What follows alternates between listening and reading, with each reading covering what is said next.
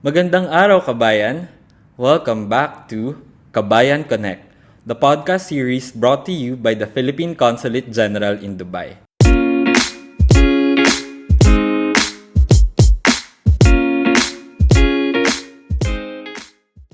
Today's episode, Drained, is about something many of us feel pero bihira nating mapag-usapan ng may solusyon.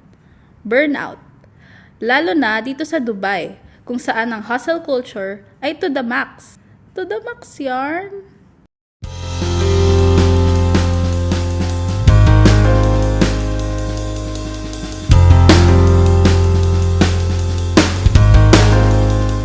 Burnout isn't just about being tired from work. It's complete exhaustion, physically, emotionally, and mentally. Pero iba dito sa Dubai. Burnout hits harder because of the intense work culture and the constant pressure to push through for our families. As OFWs, we carry more than just our workload. We carry family expectations, monthly remittances, and debts. Parang hindi pwedeng magpahinga kasi laging may umaasa sa atin.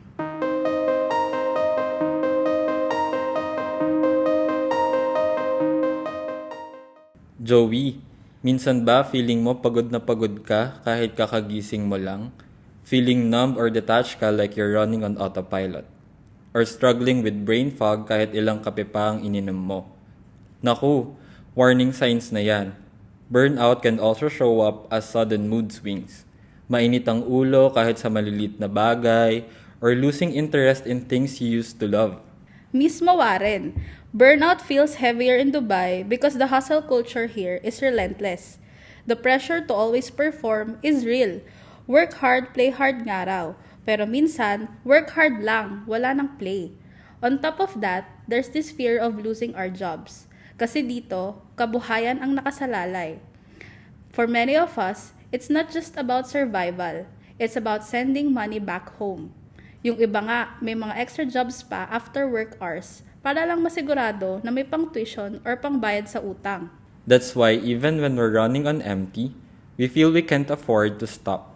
Pero kabayan, let's remember, burnout has real consequences. It can lead to serious health problems, mental breakdowns, and even strain our relationships.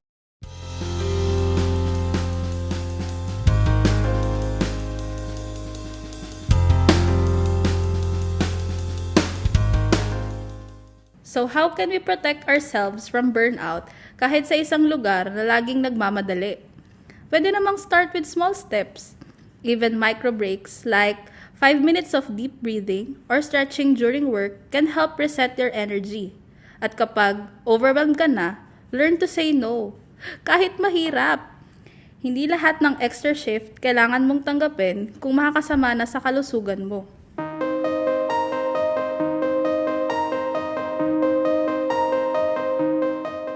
Agree ako dyan, Joey. Hindi tayo ang tagapagmana ng kumpanya.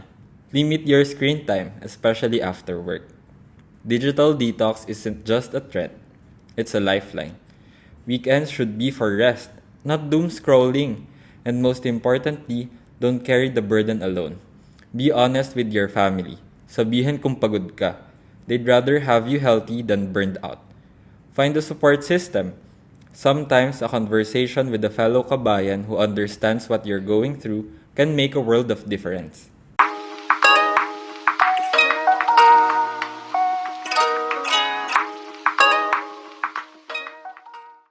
Alam namin, hindi madaling magpahinga sa isang lugar na laging nagmamadali. Kaya slow down paminsan-minsan, kabayan. Your health matters. Kung mapagod ka at magkasakit, lahat ng pinaghirapan mo mawawala rin. Kaya let's shift the mindset. Real talk na. Pahinga ka muna, kabayan, para bukas kayang-kaya mo ulit. Truly, Warren, let's leave you with a reminder. Rest without guilt. Protect your peace. Limit social media. Communicate with loved ones. At higit sa lahat, connect with your kabayan community. You are never alone in this. Hashtag, we're all in this together.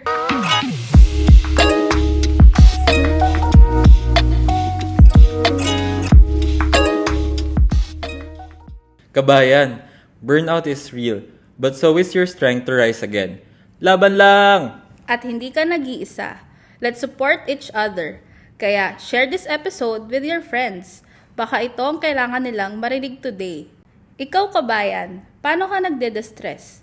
Comment down below your tips on how to rest and recharge. Hanggang sa susunod, stay tuned for the next episode of Kabayan Connect!